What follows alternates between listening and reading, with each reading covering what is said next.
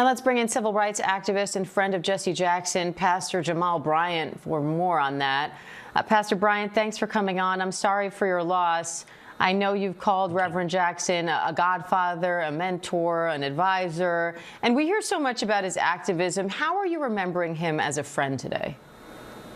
I remember him as a father figure, somebody who wanted to see the next generation emerge.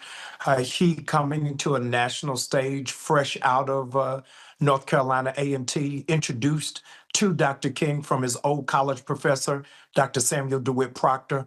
So he always had a heartbeat for the next generation, and I was the beneficiary of that.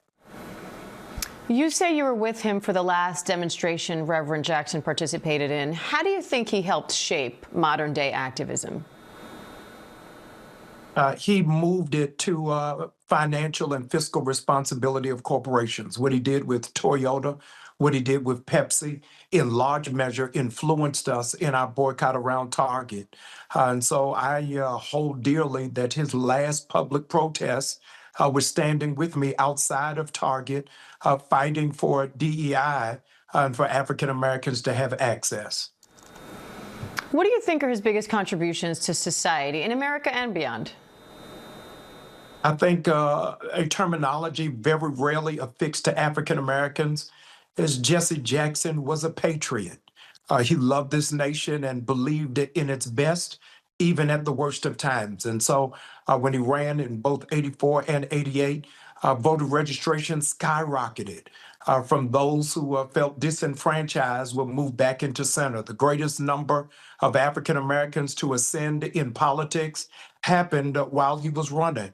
And so a feather in his cap is he legitimately and authentically wanted to make America better and greater.